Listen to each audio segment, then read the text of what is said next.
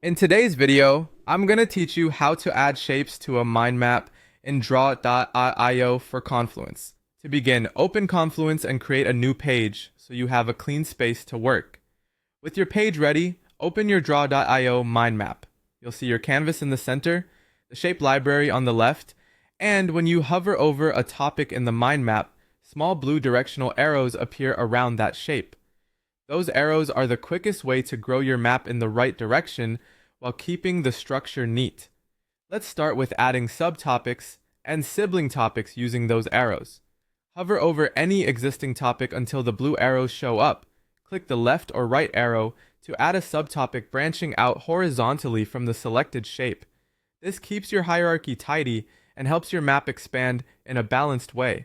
If you want a sibling at the same level, hover again and click the up or down arrow.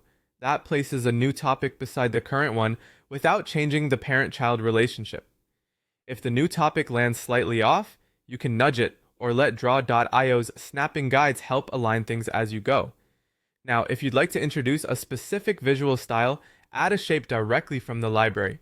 In the Shapes panel, pick the shape you want. Drag it toward an existing topic and hover until you see those blue arrows around the target shape.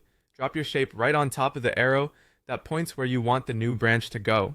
This not only adds the shape, but also connects it correctly, saving you from manually wiring lines.